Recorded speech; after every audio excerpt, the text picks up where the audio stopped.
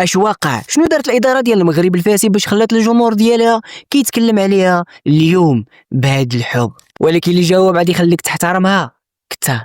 خطوه اكثر من رائعه، الاداره ديال المغرب الفاسي مشاو شراو جميع التذاكر ديال المغرب الفاسي اللي كان الثمن ديالهم هو 100 درهم، وغادي تبيعهم هي للجمهور ديالها بنصف الثمن، يعني غادي تبيعهم للجماهير ب50 درهم. هاد الخطوه ماشي غير دعم مادي، هاد الخطوه رساله احترام وتقدير للجمهور المغرب الفاسي اللي ديما واقف مع الفريق ديالو في الحلوه والمره. وانا شخص من فاس اللي كبرت من صغري وانا كنستنى هاد السفره هي عمري، نشجع ونسافر ونبكي ونفرح معاها. لكن اليوم بصح حسينا بان كاينه اداره في دارنا، اداره الهم ديالها الوحيد وتشوف هذا الفريق في اعلى نقطه. وتحيه كبيره لهاد الاداره اللي عرفت القيمه ديال الجمهور اللي عندها، وتحيه اكبر لكل المشجعين ديال المغرب الفاسي اللي ديما كيعطيو دروس في الحب والانتماء. الماس عمرها كانت غير فرقه، الماس راه قصه ديال المدينه والجمهور اللي الحب ديالهم ما كيتسالاش.